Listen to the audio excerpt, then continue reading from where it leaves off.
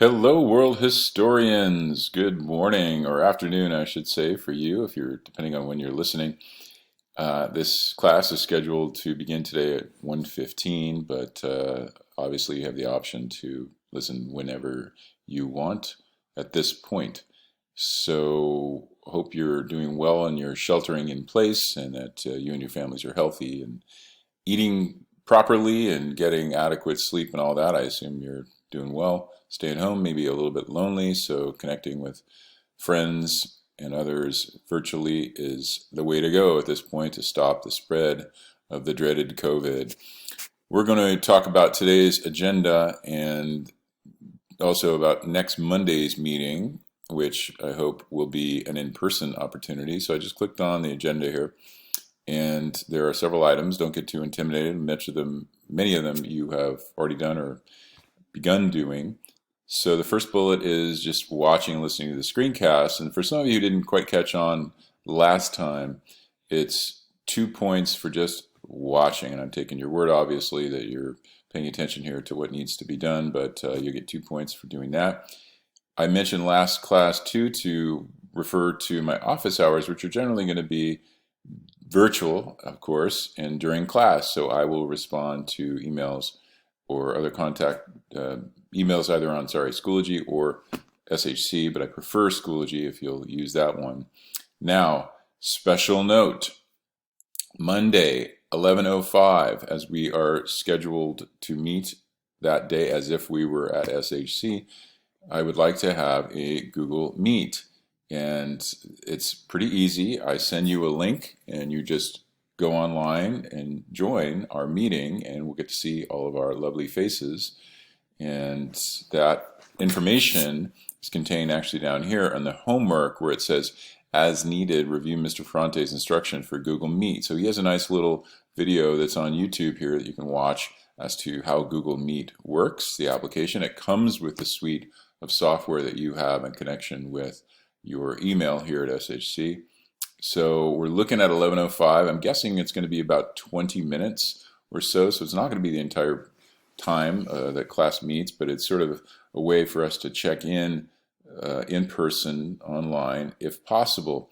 If you are would struggle or will struggle from the technical side of that, if you're having trouble with connectivity, for instance, and need to reach out and contact me about that, do it again via email here and let me know what's up. Or maybe you have some sort of conflict at 11:05. Maybe you, I don't know, something going on in your family, for instance, that will prohibit you from being online at that time. What will likely happen is I will reschedule with you personally a separate meeting, but I'd prefer to have everyone together so we could all see each other on one screen. And these meetings hold up to like 100 people, so pretty cool to be able to do that all together.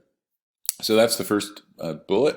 And then I'm just going to go down the list here. As needed, finish your photo essay, your imperialism photo essay. Practically everyone in the class sent me a draft, and I gave you feedback on that draft, and you should incorporate that feedback into your final version. So that's this bullet, the third bullet down here. Send that final one in by 2:30 today to me, or send me an email, let me know what's up, when to expect it, and so forth. You might notice things are happening a little faster online. That is, I'm getting through grading, and I'm going to do some today and continue it every day, a bit by bit. So things will probably come back to you a little bit faster than they do during the regular school year when we're meeting face to face.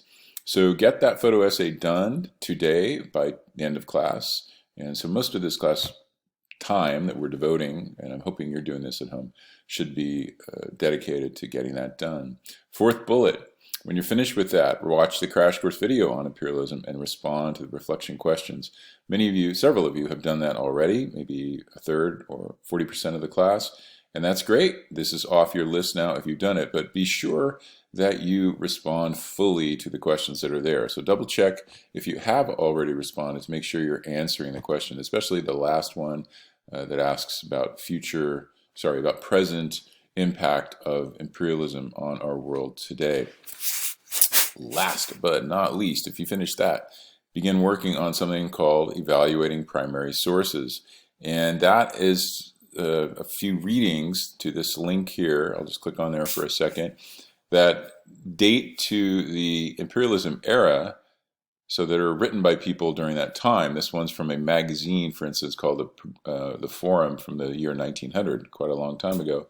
And it's an explanation or rationale that Europeans used for why they undertook that project of imperialism. And here's one from another European man, Cecil Rhodes, very famous British imperialist, who also justified imperialism by Britain in many places, including Africa.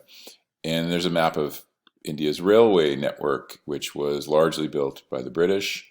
And a quote from Gandhi, many of you have heard of him, but hopefully you know who he is, about what happens to the mind of those who are colonized. And then finally a cartoon down here. So these three questions I'd like you to respond to.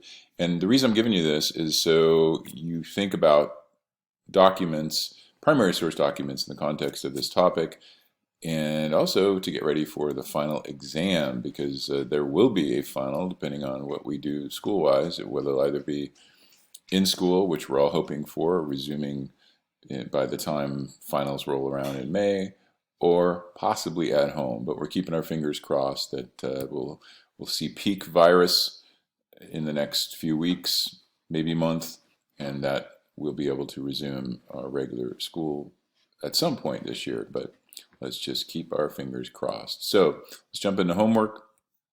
And the first item here is just finish the photo essay, as I mentioned above. Second is the crash course video. And the third is draft responses to the evaluating primary source thing that I just showed you. And draft, as you know, means most of it is done, but it's not quite finished.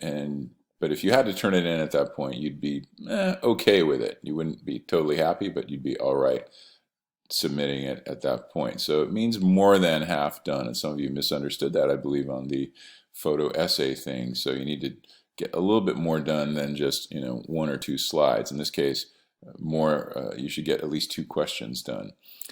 Finally, as needed, as I mentioned before, Mr. Ferrante's instructions for Google Meet. So you can check them out if you want. If you're familiar with Google Meet and you don't need to, then you'll see on Monday's agenda that I will put a link to the Google Meet, and we will actually see each other, that's my hope, at 11:05, and roughly for 20 minutes, as I mentioned. Okay.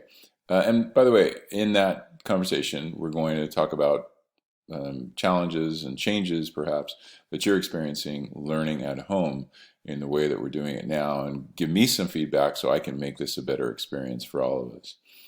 All right, historians, it's been good chatting with you. I'm going to call it quits here and let you get to work on these items. Please, again, contact me if you have any questions. And don't forget to keep your surfaces clean so that your insides don't get dirty. See you soon. Bye.